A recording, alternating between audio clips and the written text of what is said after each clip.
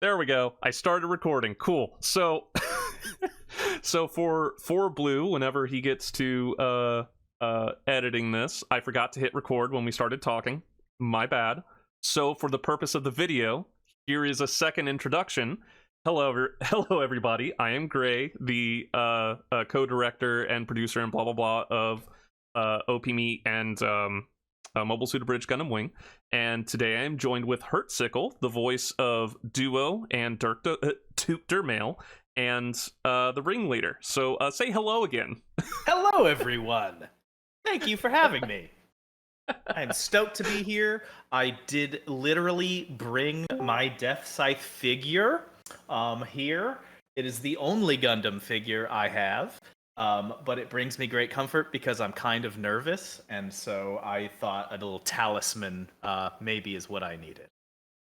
We'll take a picture of that figure and let everybody see it. My 5-year-old nephew broke the actual scythe, which is really sad. Aww. Yeah, I did bring that too, but yeah, so he's not really fully like kitted out, but he is here. Oh, it's okay. It's just like episode 13. He's just a little broken right now. Oh. Speaking of episode 13, I think there were a lot of questions about that one since you starred so prominently in that one, so we'll definitely answer those. Yeah. Would you like to start us off with one of the questions that you liked? Yeah, sure. I wrote a bunch down. This is I'm gonna answer the easiest question first, and that is what is get the ball rolling. What is my favorite Duo quote? Easiest answer ever. Slice to meet you from episode 1. I was when I wasn't, I don't have a lot of background in the Gundam, fandom, and so I was still a little unsure, and I got the script, and as soon as I saw Slice to meet you, I was like, oh yeah, I'm right at home. Like, these are my people, that is my humor. I absolutely love that line. Yeah, I mean, the no scream, of course, from episode 13 too, was just so much fun. Like, how often do you get to do something like that in any acting, in any creative like atmosphere? So that was fun. But Slice to meet you is just beautiful. Beautiful writing. I'm very glad that validates me, because when we released episode 1, I remember one of the chief complaints was too many puns, and Blue and I were both like, what do you mean too many puns? Yeah, we had more, we didn't put them in. My favorite line that you've done easily is, oh, eat a Hamlet. I still think that's one of the best jokes I've written, and I'm not sure that I can get a better one, but like, just a real quick, no, eat a Hamlet, just with full confidence. That is my favorite Duo line so far. Also good. Also makes me hungry every single time. Well, that line is what led to the Duo's Diner when we commissioned one of Blue's artist friends to make that. Like, we've made a whole running joke out of it just from that. Yeah. All right, so let me see. I had some questions picked as well. Actually, one of the questions I'm going to cheat because that was my answer to it. Humble Green asked, what has been your favorite line of the show, even if it wasn't yours? Eat a Hamlet. So I'm just going to cheat and say I answered that one. But here is another one that I think is kind of interesting, and this is kind of a writer question, but Grim asks, taking the availability of footage into account, as well as the foundation of the base characters and story, which relationship is proving easiest or most difficult to adapt to your vision? And then he lists Duo and Hildy, or Catra and Troa, or Zex and Noin. And I think this is an interesting question because Gundam in general is often not very romantic. A lot of their romance is subtle, and Wing especially is like whatever the opposite of horny is. Like, there's like nothing there's like nothing there, and what few relationships you have are often either platonic or very, very implied. That's why writing Noin and Zex as to be anything but implied is so fun. I like letting Noin not be so reserved about it, and not so like, oh wow, I wish that he would just look at me. Like, no, like she's just blunt right through a brick wall. That's what I like doing with them. So really, the easiest I think has been Noin and Zex because they have a very adult relationship. One that is kind of a trope in itself of the, you know, aloof guy who is too obsessed with his specific thing while the woman is pining for him, kind of thing. It makes for very easy humor. But Duo and Hildy, I'll say, so far has been difficult to write as I'm writing episode 14, only because we want them to be like almost relentlessly positive, and at this moment in the show, Duo is quite negative because he just lost Esai. So trying to get them to flirt and be like a relatable couple, and a fun story is difficult so far, but I think that they will be very easy moving forward. I'm really excited about Hildy. Our voice actor for Hildy is quite talented, and I'm ready to give them a full script to work with so that I can get like a whole episode. But so far, writing it hasn't been the easiest. Episode 14 is nowhere near done being written. So yeah, I just wanted to touch on that one. Sam, Nice. do you have? Yeah. Yeah. Do you have another question? I've got another one here. I feel bad I didn't write down the usernames of the questions, so I can't really attach the question to the person who asked it. So sorry about that. I can always try and find it. All right. We'll do it in post in the highlights. Okay, great, cool. This is another kind of straightforward one to get the ball rolling. Someone asked, "What do I think of the character I play?" Great question. So I love typecasting. And short answer, I love Duo with a passion. Like, I'm considering getting a Death Scythe tattoo. Yes, seriously. Nothing. Where on your body though? Where on your body? I don't know. We'll see. I've got lots of real estate. I only have 3, so I've got lots of real estate. But I am a proud dumb man, and I'm not ashamed of that, and I think it's in fact a strength. And so sometimes, like, Duo's, let's say, I don't know, less intelligent moments are just easy for me to play. It's not a big stretch at all.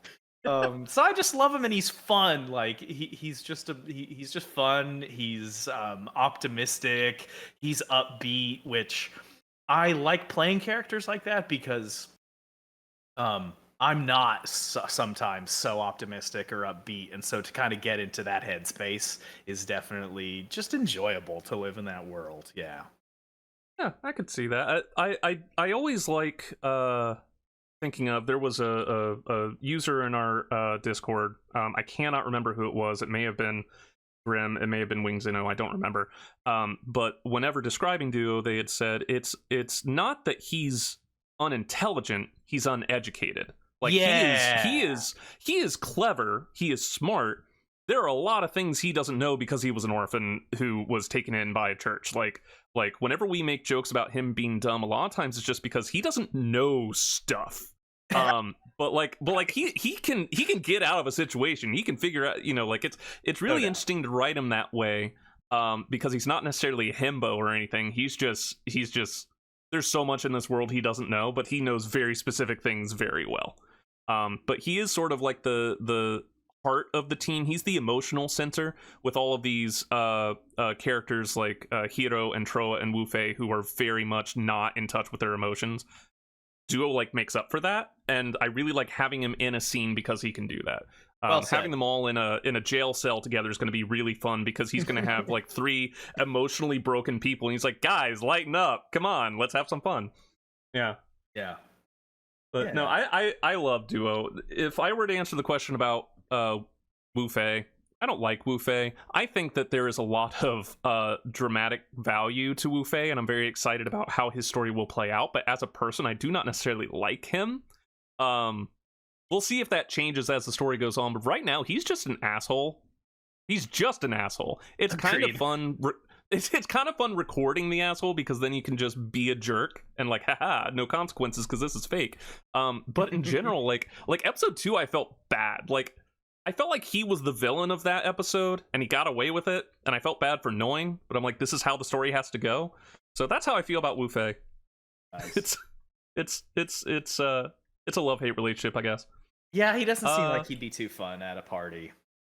No, but he is fun to voice. I get to yell in a little box. You know, it's great.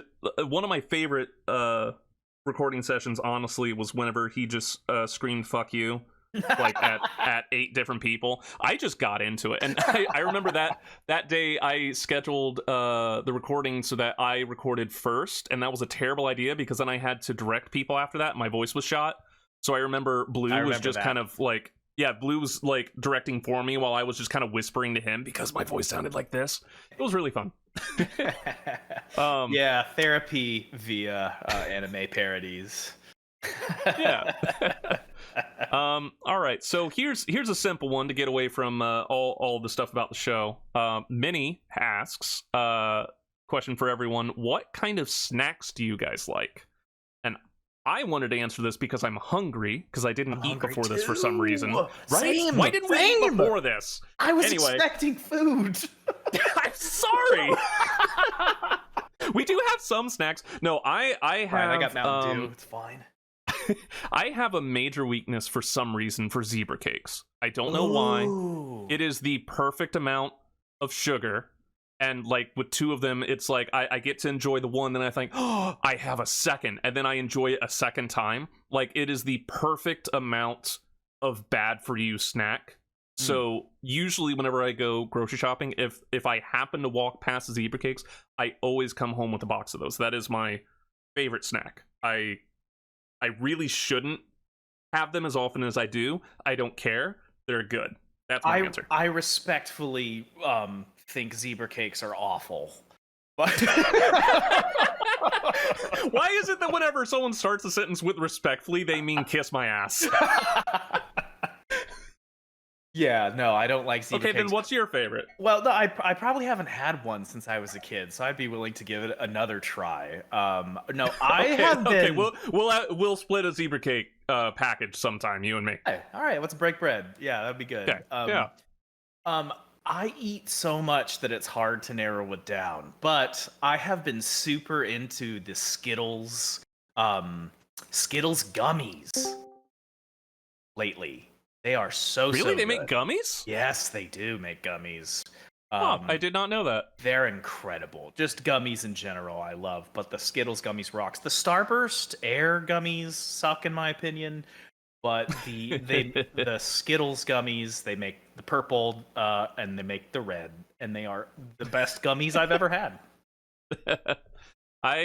It's not quite the same as gummies, but I always liked Starburst, but specifically the pink ones.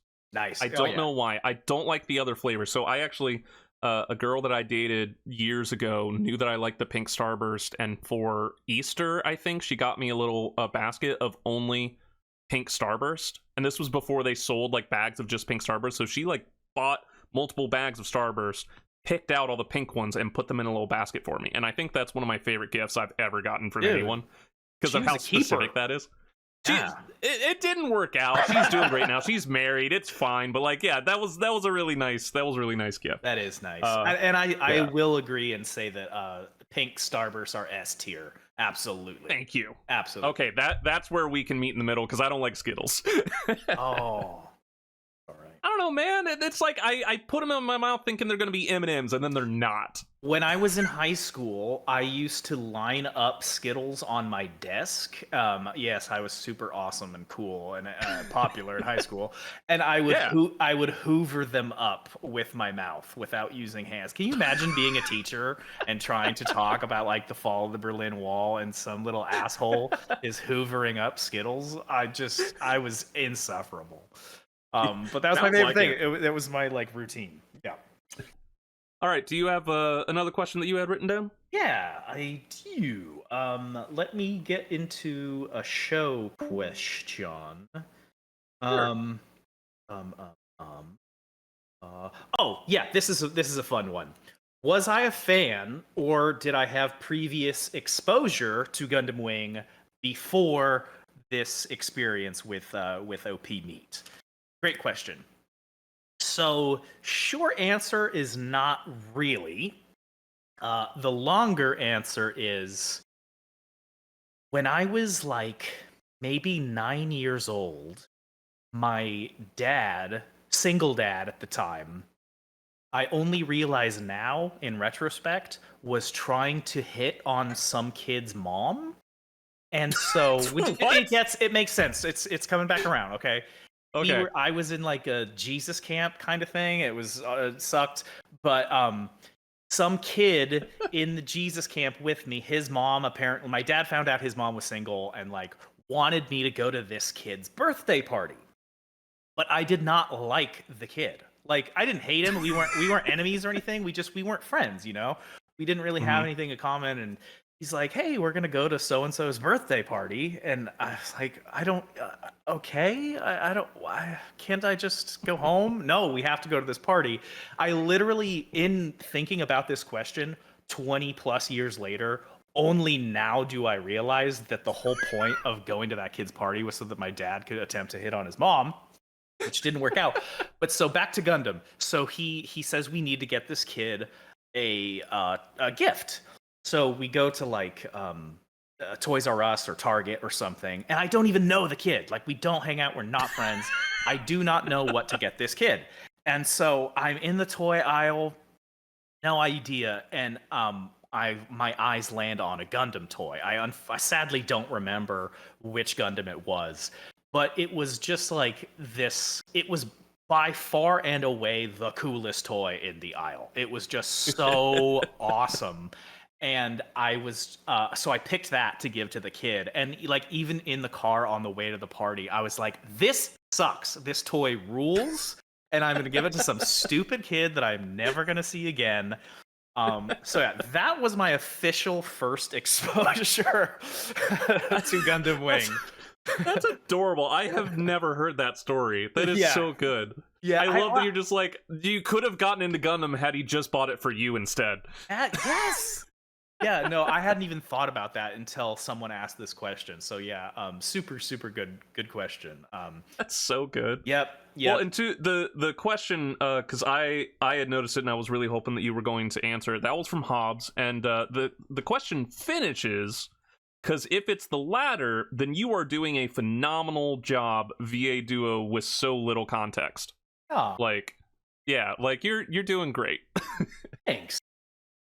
Yeah, I mean, I tried to do as much research as I could. I mean, like, I wasn't really into anime growing up, not because I didn't like it. It just wasn't something I had a lot of exposure to.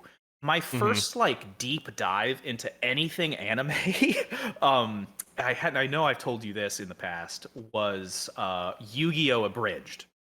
Yeah. Well, I'm sure I had heard like Team 4-star, 5-star. With Dragon Ball before that, but my girlfriend in high school loved Yu-Gi-Oh! Abridged, and she showed it to me, and it was super impressive because having not like been super into Yu-Gi-Oh!, the comedy still worked, even though I didn't have that background. And that's to me what makes a really good parody is, of course, like at its core, it's fan service, right? But it's also more than that. And the good ones can bring people in who were fans and who weren't, and that was a great show. It actually surprisingly is still going. They just make a new episode like once every 2 years or something. Yeah, like I think the last one that I saw was before I moved into this house, which means it was at least 2 years ago. But like I think it's still kicking. Yeah, that I remember you telling us that because I was like, well, abridging is what we're doing. Go ahead and audition. Yeah. All right, so let's see. Let's do another show question. What do I got here? Nope, already answer that one. Voice actor. Nope. The show person. Sorry, I did not put these in like any sort of order, and now I'm rereading them. All good. All right, so this is one that will kind of just be for me. Unfortunately, Hurtsickle, you can't really contribute to this. Sorry, it's about all right. Turn A Gundam, which I don't believe you have watched, but they all know it's my favorite Gundam. So it's a different show that came out after Wing. It's its whole thing. But Just Communication asks, imagine that you had somehow convinced OPMeat to make Turn Abridged. Great name, by the way. Assign voices you already have to the following, plus bonus characters of your choice. So, Loran, the main character, Sochi, Ki-Hel, and Diana, who are essentially the same voice actor, Harry Ord, and Geem Garheim. Loran, I actually think I would want to give to our Lena voice actor. They have a surprising range that we really haven't taken advantage of because we didn't have the right characters to take advantage of that. They do have they're a a hell of a phenomenal range. act. Yeah, and really they have a good, like, you know, like anime boy voice when it's voiced by like a grown woman. They have a good voice for that, but it didn't really fit what we wanted for our Gundam pilots, and they are the only young boys in our show. So I would actually really like to hear their take on Loran. I think that they would do really well. Sochi, I would probably give to Nate Peach, the actor for Sylvia Noventa, because again, a very wide range, especially in personality. I think that I could write a really sassy Sochi using Nate Peach's acting chops. I think that would be really fun. Ki-Hel and Diana, I would actually give to Momo Bobo, the voice actor for Noin and Pan, because much like our actor for Relena, she hasn't been able to take advantage of her full range, and I think giving her the like regal, upstanding queen, I think that she would do extremely well with that, and I would love to hear that. Harry Ord, honestly, I'm gonna give to Hurtsickle. Just so you know who Harry Ord is, he is like he is the simp of all simps. He loves his queen to death, and Nice. and there is a you should look up the meme at some point. I'll send it to you. But there's a point when she is taken by someone else, and he gets out his mobile suit and reaches for the stars and like screams. It's something like if you so much as touch her, I will hunt you down and kill you, even if it takes me 1,000 lifetimes of dying and reincarnating. Like, I will murder you. Like, he yells it like this the entire line.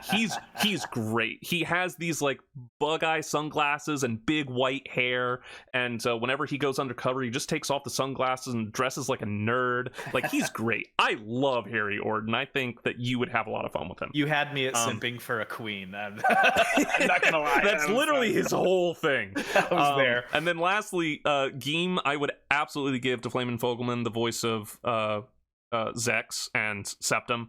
I think that he would have so much fun. Geem is like the final villain, sort of, but he is so full of himself and so self-assured, despite all the evidence that he's not actually as strong as he thinks he is. And I think that he would have a lot of fun in that character. It would essentially be Zex, but without the serious side, and I think that would be really fun to listen to. So that would be my cast for Turn Abridged, and I don't think that could ever happen. But if it does, hold me to this. I'll give you all the parts that I just said. We'll go from there. Hold him to it. Yep. Okay. Maybe a less show related question. Who is my favorite villain? Now, I maybe they meant a Gundam villain, so I will answer that as well. I just love Treize. Treize is villain, right? Yeah.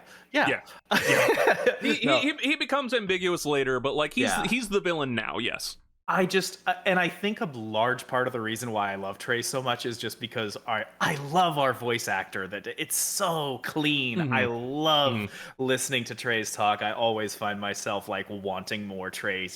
He's mysterious. He's regal, kind of like. I absolutely love Trey's. You know what's really funny about his voice actor, Mugen No 26? He basically never needs a second take, like ever, because we communicate online, so it's not like you guys where I'm sitting there live with you. So I send him a script, I send him script notes, and I say, okay, this is kind of what I need, and then he sends me one like condensed file where like, all right, I gave you my best takes, here they are, and every time I'm like, yes, that's exactly what I wanted, no notes. Yeah, like I never have to say do it again because he didn't do what I asked for, and that's really nice and unexpected. He's so far into Trace's mindset that I don't even have to tell him what I want. He reads the script, he's like, I get it. It's really nice. Praise. That's amazing. Yeah.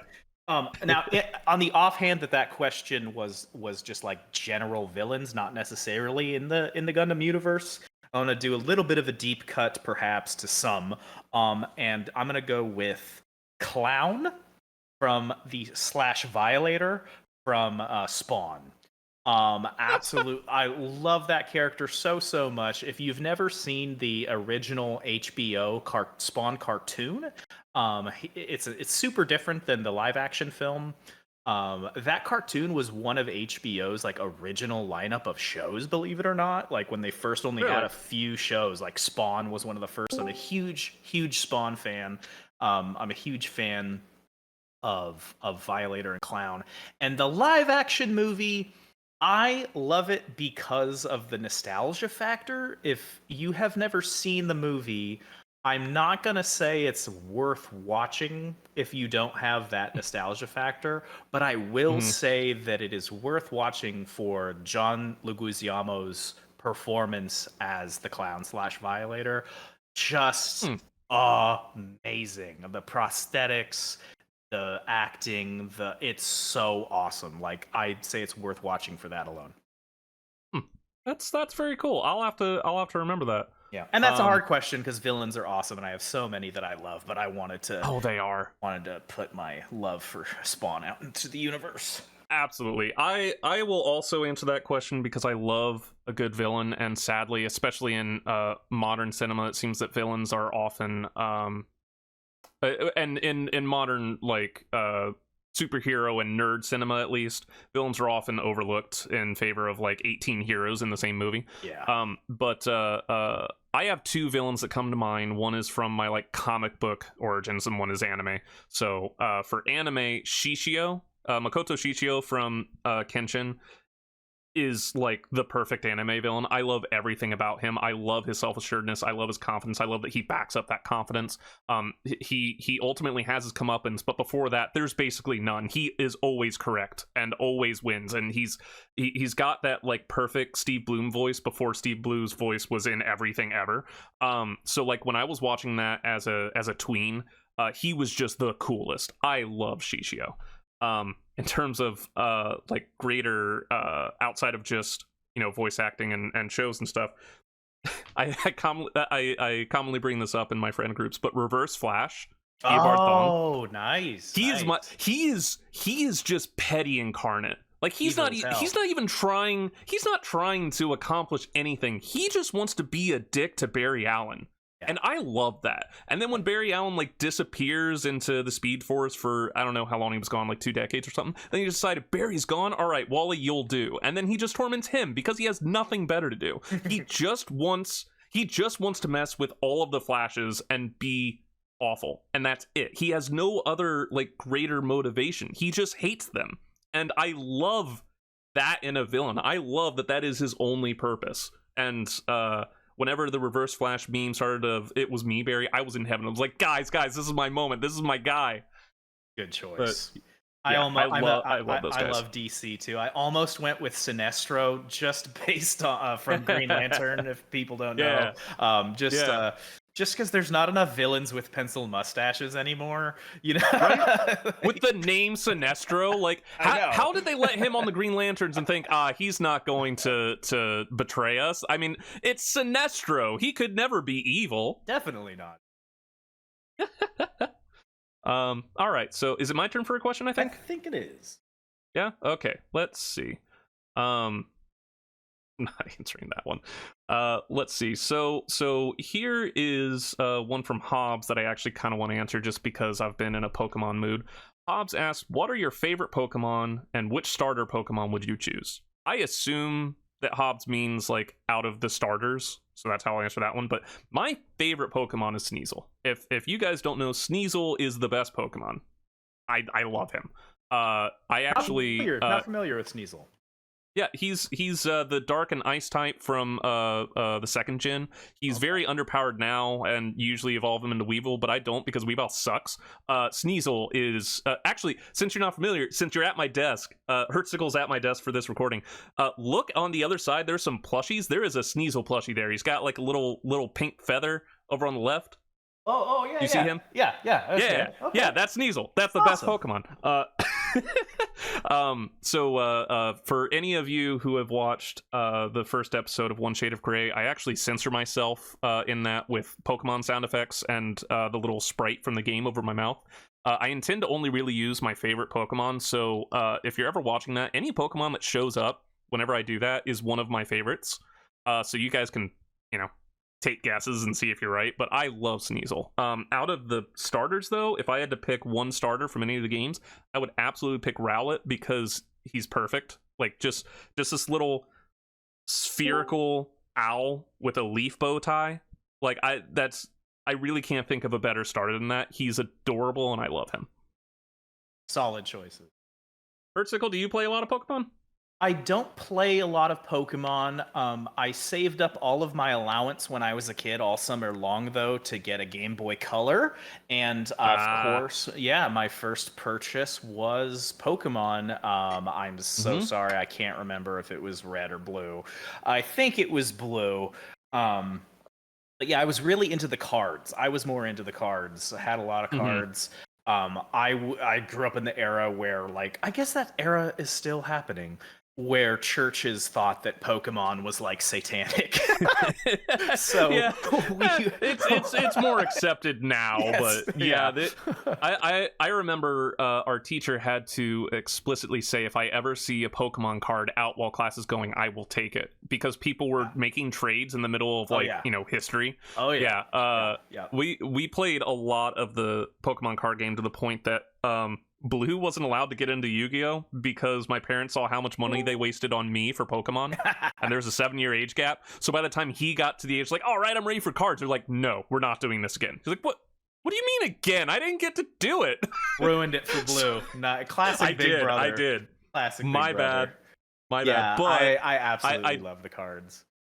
Yeah, it was really fun. Blue and I actually started getting into the Dragon Ball Super card game because we both missed card games, and it's actually surprisingly fun. It's kind of been power crept now, so we stopped like buying new cards, but we have multiple decks, and when we go on vacation, we'll just bring those and like play our silly little Dragon Ball game. So I'll have like my GT deck against his Goku Black deck and stuff. It's fun. I Nice. love card games. I just wish they weren't so expensive. Absolutely. To try and keep up with. Yeah, absolutely. Yeah. I wish that I had a card hobby right now going. I'm a huge fan of digital card games too. Inscription, if anyone's ever played that, fantastic kind of like horror card game. Can't recommend that enough. I play Slay the Spire way too much as well. My favorite Pokemon, though, Voltorb is. Oh, right, the original question. Yeah. Voltorb is a starter Pokemon, right? I think. No, he's not, but he should be. He just looks like a Pokeball. Yeah, well, that's what I was gonna say. In my head, why do you like Voltorb? That's so weird. In my head canon. Voltorb is a Pokeball that has like gained an awareness that its whole life has been imprisoning its fellow Pokemon, and now it's really mad and attacking people. So I've always loved Voltorb. And then, but I mean, that's kind of a meme answer. The real answer is no, but it's a good answer. Thank you. The real answer is Alakazam. I don't know what it is. He's so cool. I remember the first time I had an Alakazam card. He just looks cool. Like, I just love Alakazam. Love the name. I'm a big into the psychic Pokemon, definitely. Yeah.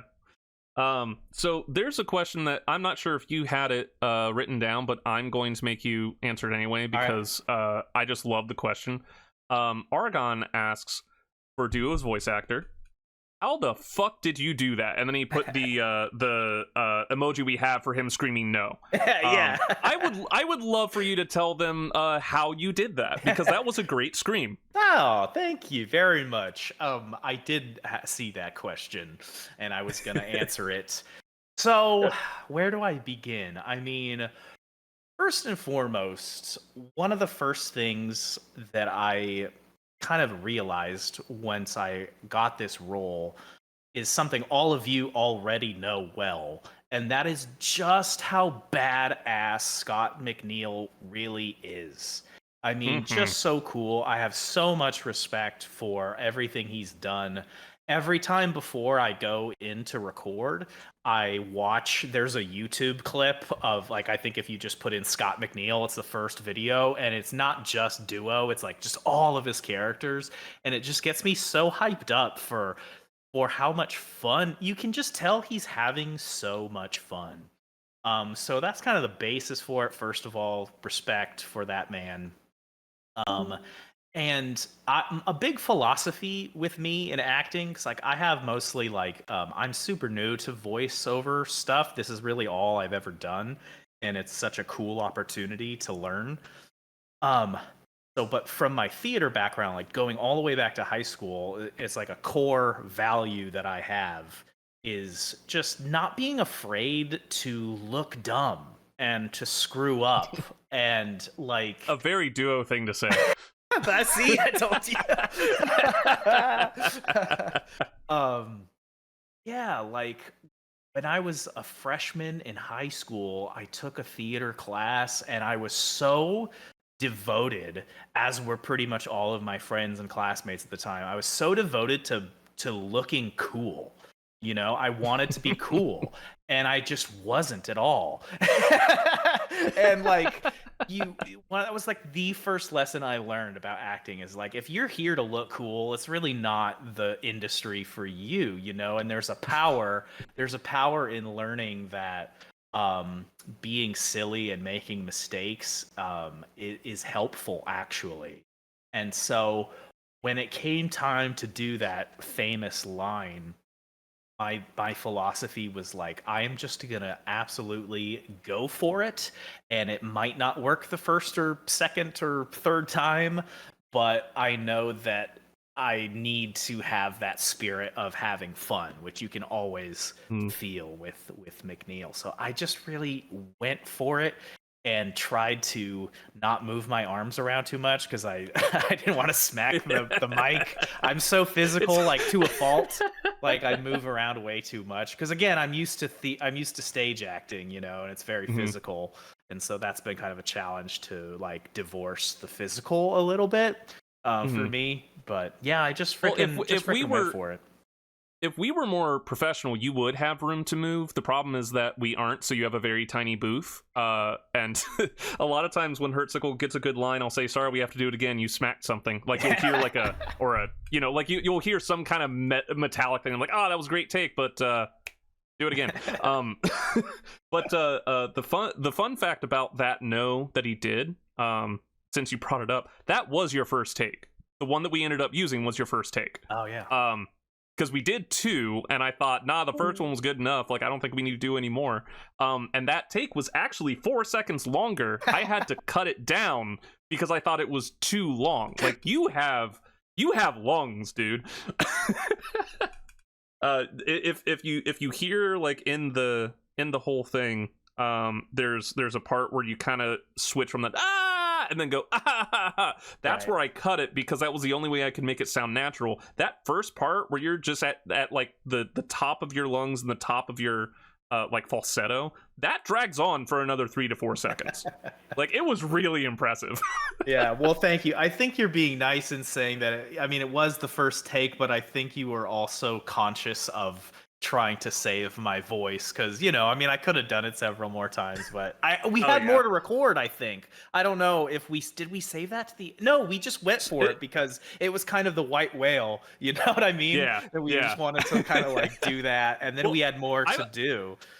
I was telling you about that scream when we first cast you. I was like, by the way, you're gonna have to do this at some point, just so you're aware. It won't be until 7 years from now, I guess, but like you will be doing it. Yeah, yes, you did. And that which brings me to a good the other question. And again, I'm sorry that I don't have who asked these, but we'll show it on the video in post. okay.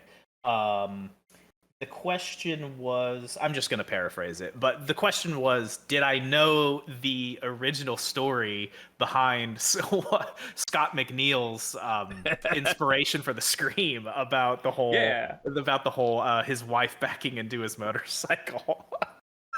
And Gray told me. You did tell me.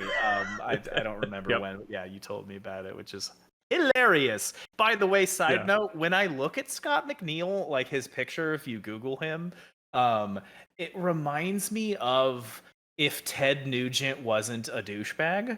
Like he's like I guess just the hat. He's got the hat and like the little soul patch. I don't know. I just thought that was amusing. I love the hat, and I love that I've never seen a picture of him without it. I have no idea if he's bald or not. Like, I've only seen the hat, and I respect that. I also just want to say, since we focus so much on Duo, he's one of the main characters. I really enjoy your Duke Dermail. Editing the Duke Dermails in is really fun. Because you have that really posh and like dignified, but he's not as dignified as he thinks he is kind of vibe going on. And even though we haven't used him a lot yet, I'm really excited about when he sort of becomes the main villain, because he ultimately usurps Trey's when Trey's kind of like falls from the limelight a bit. Duke Dermail will be the primary villain, and I'm really excited about you playing that role in me too. Yeah, so me too. I am no one asked a question about Duke Dermail, so I just wanted to bring it up myself. I like your Dermail. Thank you. Do you remember when you put on because the place where we record isn't just a voice recording spot, it's also for video taping and stuff like that, and there was a costume rack, and we were just killing time because Hurtsickle was waiting to get in the booth, and you put on like a Sergeant Pepper type jacket. Yes, Do you remember that? Of course. Yeah, and then you just started like acting all in character. Then you put your hands in your pockets while you were recording and found there was a kazoo in there. You had no idea that there was a kazoo. We didn't either. So like you're in a booth by yourself. The door is shut. We can't see you. We're just listening to you, and suddenly we hear like like a kazoo sound. Like, what? Where did that come from? You're like, who knows? Costume, yes. Costumes help. I think the fact that there's a costume rack there is like so helpful. They're so like I wish people could see. Like there's wigs and glasses and just the most off the wall. We have some pictures on our website, I think. Like, it's not a ton, but if you guys ever want to look them up, I don't know if any of you are in the South Portland area, but Island Station Media Lab, it's run by this guy, Mark Mager. It's great. They are the whole reason why our audio is high quality, because I can't really do that myself. I don't have the knowledge or the tech, but we just go and pay them. Our patrons essentially pay for us to be able to use them, and I'm very grateful for all that, because that is the only reason our audio is as good as it is. They're really good able to go there. Really good humans, and really good. They're so cool. Good to work with. Always make you feel comfortable and like at ease. And like seriously though, too, pro tip to anyone who's like getting into acting, or even if you're just like practicing a monologue or something at home, putting a freaking costume piece on, it does something to you. It really does. Like, and I've messed around with other costume pieces in there too. Like it gets you in that headspace. And someone did actually ask what my favorite character to voice is besides Duo, and they said Dermail or the ringleader. And yeah, Dermail is Duke Dermail is fun. It's just kind of like a happy accident that I have had a lot of roles where I play British people, or English people, posh upper class stuff, and I've taken I've had like dialect coaches, and I've spent a lot. I was in. I didn't know that. Yeah, that explains why it sounds so good, because my British accent sucks. Yeah, I've got all kinds of like literature. I've got like practice techniques and stuff like that. A couple years back, I was in with another one of our voice actors. I was in the play version of Sense and Sensibility, and we had the Jane Austen, novel, and we had like a voice coach and stuff, and so I love doing British voices. I probably like doing Ringleader better just because it's so different for me. And he's a much smaller character, of course, but I have no authority in real life.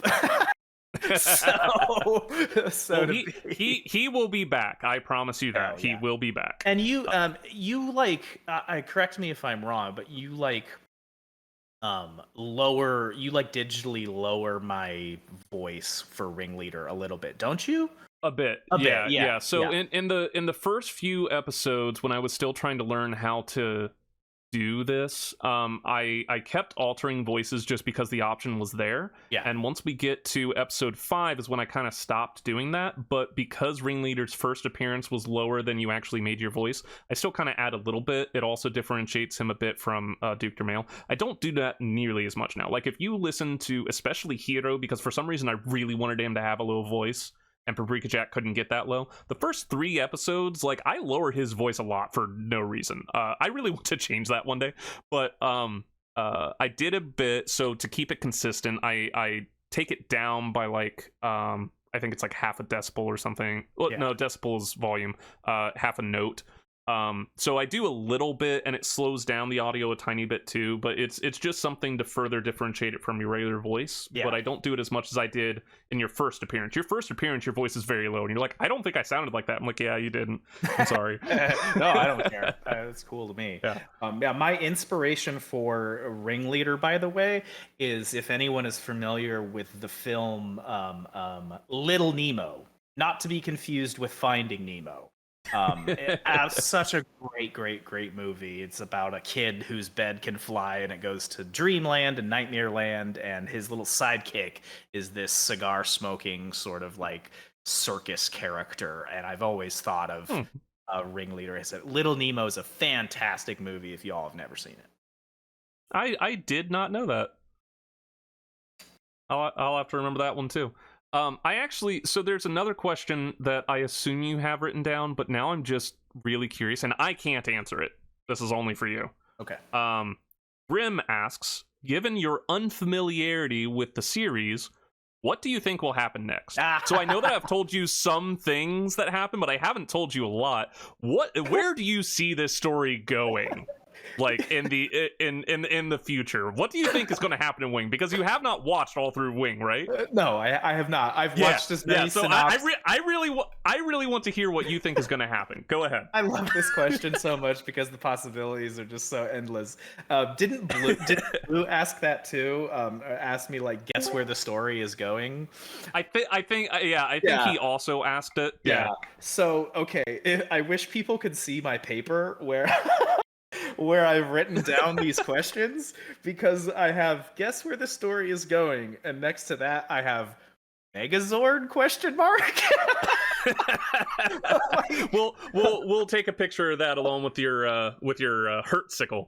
Yeah, like definitely. I hope that all of the Gundams like pull a VR Troopers and join some gigantic Megazord thing. That would be so badass. We could try and animate it, I guess. Yeah, I hope we'll talk to some people, see if we can do that. Yes, good, very good. And I also hope that there's more basketball. I hope basketball becomes a central theme. And I seriously, sorry, I'm getting sidetracked, but I love that basketball scene so much because it's just absurd to me, and it reminds me. It reminds me a lot of Starship Troopers, which is one of my favorite films ever. It was the first rated R movie I was allowed to see in theaters. I begged my mom to go. And in that movie, they have a pointless football. There's like, it's not even football. It's like future space football. It's like co-ed. It's women and men play together, and it's just very similar because there's teenagers that are, like saving the universe, but they also are like football stars, I guess. Sure, why not? Yeah. Okay, but no, serious answer to the question. Where do I think the story is going? So like Death Scythe has to get Death Scythe back. Like he better, or I quit.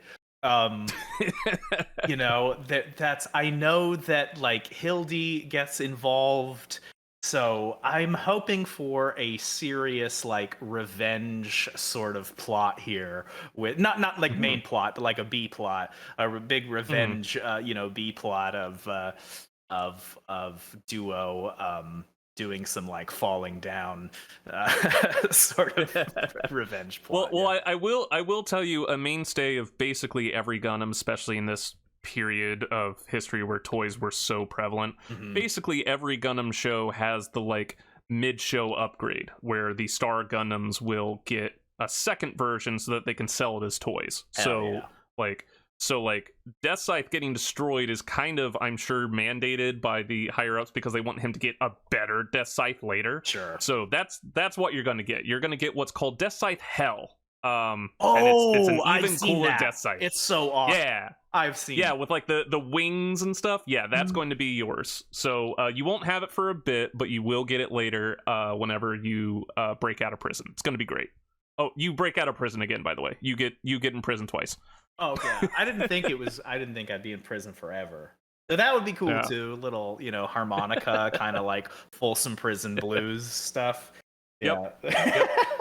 um, someone asked as well, like, if you could change the Death Scythe weapon, what would you change it, or would you keep it the same? Of course I would keep it the same. It's just so awesome. But if I could change it, I mean, I think the logical answer is, look, a scythe is for cutting grain and grass and stuff. So obviously an upgrade would be a lawnmower. Like a big, gigantic, cosmic riding lawnmower would be so badass that Death Scythe could sit on, like basically a ship. I know it doesn't make sense for a ship because a Death Gundam mower. can fly. Yes, yes, baby, Death mower. I did not expect that answer. That was good. I thought, like, where's he going with this? Two scythes? No, like lawnmower man, you know what I mean? Like it's proven there's media out there that you could have an effect. You could use a lawnmower as an effective weapon. Oh man, that caught me off guard. So I do have one that I want to, that I want to answer solely for Blue, because this is a very specific reference to a joke I made before.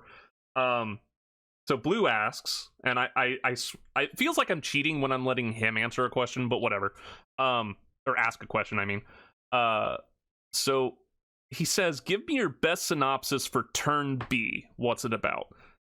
In the Cool Capers Club section where we talk with our patrons and stuff, I had recently made a joke that we would make Turn B, not Turn A. It would be our own show, and the joke was that B, when you turn it upside down, still looks like a B.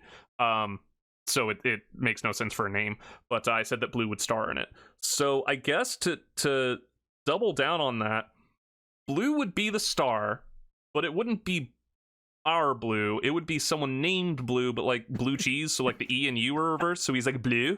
And just to make Blue mad, he would be extremely French. We have a very, very French protagonist.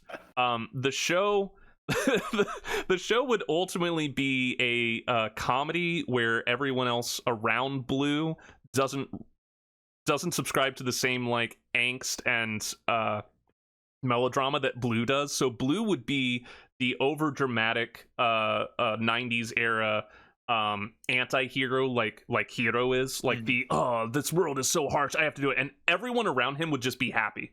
Like all of the conflicts would be in his own head, and everyone else would just be like, what's with this Blue dude? And of course I would make Blue voice him, so that he could do his best French accent, and that would be Turn B. I would love to do that, possibly as an April Fool's one day, like just like Turn B Gundam, here we go.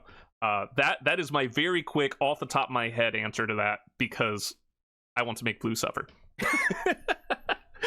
Like a good brother. I love you, Blue. You're great. Sorry about the Yu-Gi-Oh thing. I love that dynamic of the one edgy 90s guy with everyone else being, bright and shiny people. Like in Bubble Boy, bright and shiny at the end of that movie. I am a big fan of Trope Talk, if you've ever watched them on YouTube. Oh, no, I haven't. They're great. It's two people, but it's mostly this woman named Red who just like dissects tropes and cool. talks about them. It's not in a negative way. It's just analyzing what the trope is and what its uses are and all that. And she's almost always very positive and upbeat and saying like, this trope isn't actually bad. It serves these functions. Whenever she gets to like that anti-hero from the 90s, she has nothing nice to say, and it's so funny because that whole video, I feel like she's talking about Hiro Yui. Like the entire time, everything she says, I feel like she's just pointing at Hiro and saying bad. And I watched that again recently just to like remind myself, and I'm like, yeah, the Wing era like Hiro is pretty bad. It's fun. It's why it's fun to make fun of. Right. So we're now past 50 minutes. We should probably wrap it up. Are there any other questions that you want to just like hammer through some quickies? Favorite suit other than Death Scythe? Sandrock. I love the Sandrock suit. I just think it's really I just think it's cool. I love the weapons. Yeah, I know it's kind of cool, perhaps controversial, but other than Death Scythe, I must make clear. I don't think it's controversial. It's just not one you hear often. He's usually like the other one. But we do have a couple people on our server that love Sandrock, and I think that they feel validated by you saying that. Yay! Yeah, Sandrock rules. Yeah. If we're saying only Wing, I've always loved Wing. Like Wing 01, not 0. I think zero looks a little bit too mechanical, and I really like Wing's simplicity. So while that is a very basic answer, he was always my favorite growing up. I loved Wing, so I'm sticking with that one. Nice. What is your process for finding Duo's tone? I thought was a really good question. So I kind of use like a bit of a surfer-esque thing as a foundation. Like I don't want the final product to sound like a surfer, but that's kind of where I start from. I always like look at Spicoli from Fast Times at Richmond High, both for a little bit of the voice and also a little bit of the character. I don't know why, but for whatever reason, I start off in a weird like surfer thing, and then from there I can take it elsewhere. Nice. Yeah. There was one question that I didn't answer before, so now I'm going to say it pretty quickly, but I did like the question, so I'm going to at least bring it up. Lock on Stratos asks, with Gundam being a serious series, how do you balance the jokes you want to write, but also getting a serious tone across? Good question. And I like that question because that is really hard when writing, especially because my default tone and sort of how I think of stories and how I dream things up is actually drama. Blue is the funny one of the two of us. I know that I can sometimes get a zinger, but like when I'm planning ahead, I'm thinking of all the dramatic moments and what music I'm going to put with it and how am I going to animate it to get the emotion across. And then I look at the script and I'm like, crap, I forgot the jokes. And then I hand it to Blue and I'm like, all right, put in some funnies. That's kind of how we do it, is we balance each other out in that I'm the dramatic one and Blue is the much wittier one. So he will usually pull me back in whenever he says, this is too much. We need to lighten it up. And then I'll be the one who says, okay, but this is nothing but jokes. We need to add some sort of character development so that the people stay invested. Ultimately, I think that's how we balance it, is just having two writers from different points of view looking at the same thing. And I'm really grateful for having Blue because of that. If this was just my show, I'm not even sure it would be a comedy. We would just be rewriting Wing.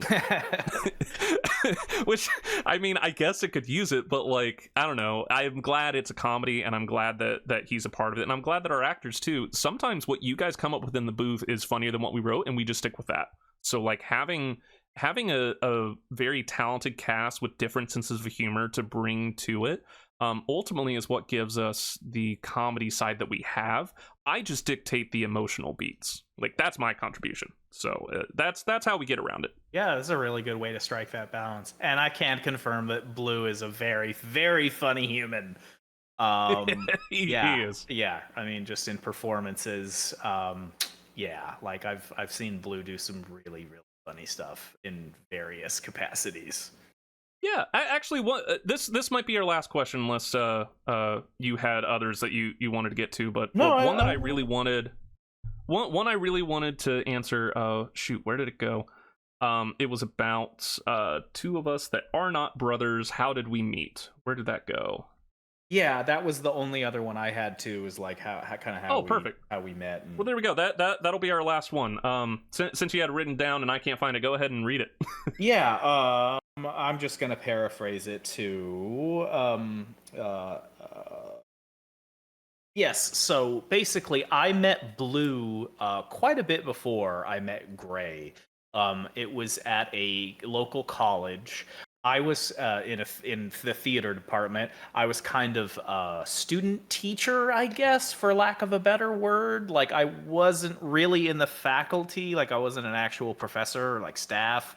But I also wasn't a student, although I was a student in years past. So I was sort of like a teacher's aide, I suppose you could say, for like different acting classes and stuff.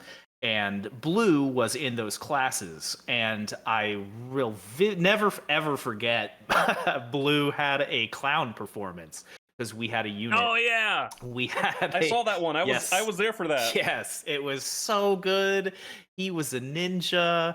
He fought a clown ninja, mind you, and fought one of those blow up thingies that you hit and it comes back up. Yeah. And he lost handily to the blow up thingy. What? And wasn't there one time when like the blow up thingy like broke, like started in leaking the or something? performance? I think it happened in the performance. Yes, and he just like rolled with it and like made it work.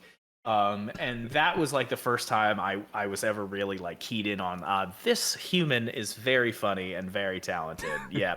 And we also were in like a stand-up comedy class, and so we like kind of bounced jokes off of each other a little bit. And and then you, Gray, came to a performance, I believe, that we had like a student showcase type of performance, and that's where I first met you. Yeah.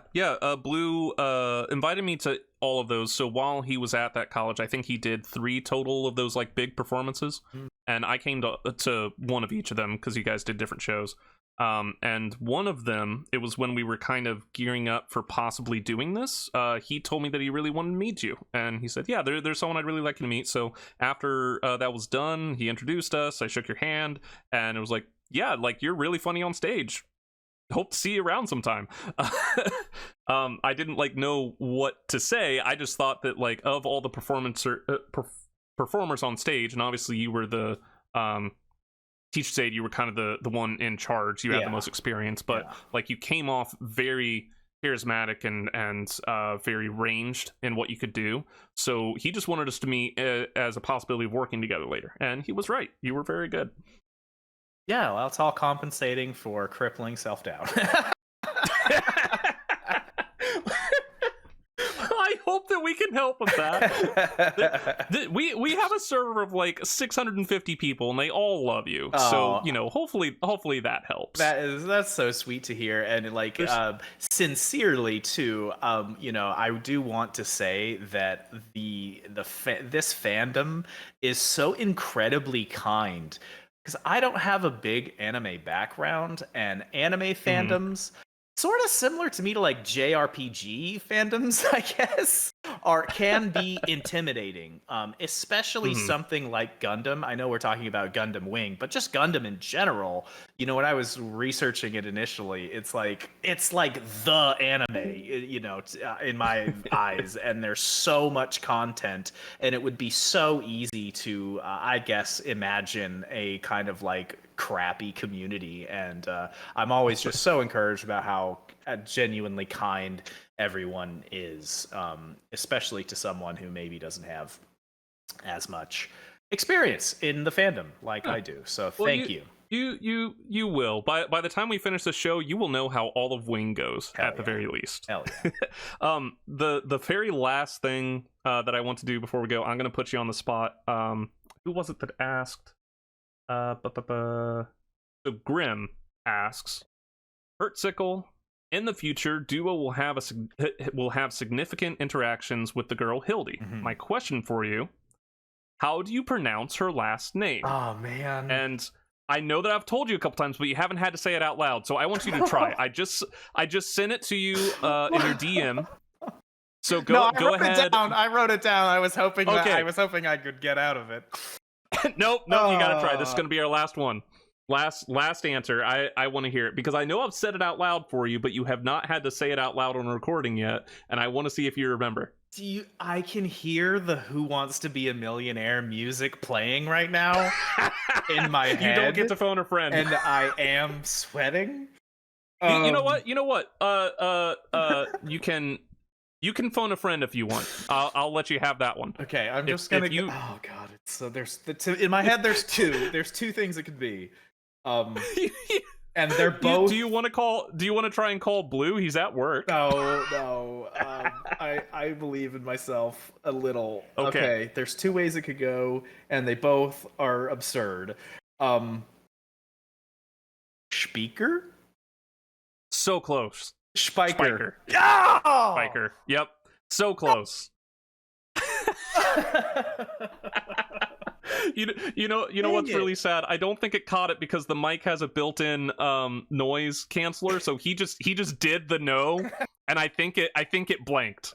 So we'll in post just add one in. All right, well, thank you guys very much for coming. We took a little over an hour because this is the first time that Hurtsickle has ever been like a part of this, and I really wanted him to be able to talk about his experiences. It's been a lot of fun. Thank you very much for coming over to my house and recording for this. I really appreciate it. And we'll do more things.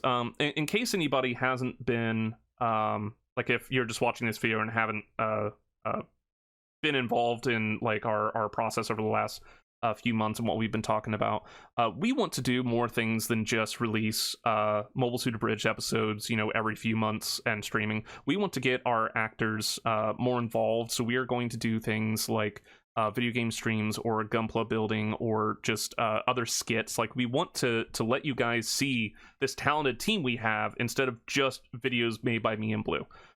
So if there are any other of our talented team that you would like to hear from in these Q&As, please let us know in the comments or in our Discord server. We would love to give everyone a chance to come on here. I think that it would be really fun to hear more perspectives than just the two people in charge. So you guys asked a lot for Hurtsickle. If there's anyone else that you want to hear from, please let us know, and we'll see if they're interested in doing that. And Hurtsickle too, we want you to be as involved as possible, so as we do other things, we're going to invite you to all of them, and we'd love to have you more. Would love to be involved. Thanks so much for having me over, Gray. This is an absolute blast. I appreciate it. Absolutely. Looking forward to the next one. Looking forward to episode 14. I would love to do some Let's Plays. I love video games, of course, so yes, let's do more stuff. 14 we still have not fully written or recorded much of, but Duo has recorded something for it. I'm not going to tell you what, but it's going to be fun. Hurtsickle can attest to it. It was a fun recording. I can. But it'll be funny after episode 14 comes out. You can come back to the video and be like, I know what it was. We'll go ahead and wrap up here. Thank you guys very much for coming. Anyone who watches the full course after, thank you very much for watching the video as well. Any sort of watches always help our channel as we try to grow back into what we were before. So feel free to share our stuff or just tell your friends about it. Word of mouth, anything and everything always helps us out. We really appreciate it. We really appreciate all of our patrons as well who continue to support us so that we can do these recordings and make the show as high quality as possible. So thank you very much, everyone, and have a great weekend. And we'll talk to you soon. Anything you want to say before we leave, Hurtsickle? Nope. a very Duo thing to say. All right, well, we'll see you all later. Thank you so much for coming. Have a great weekend. See ya.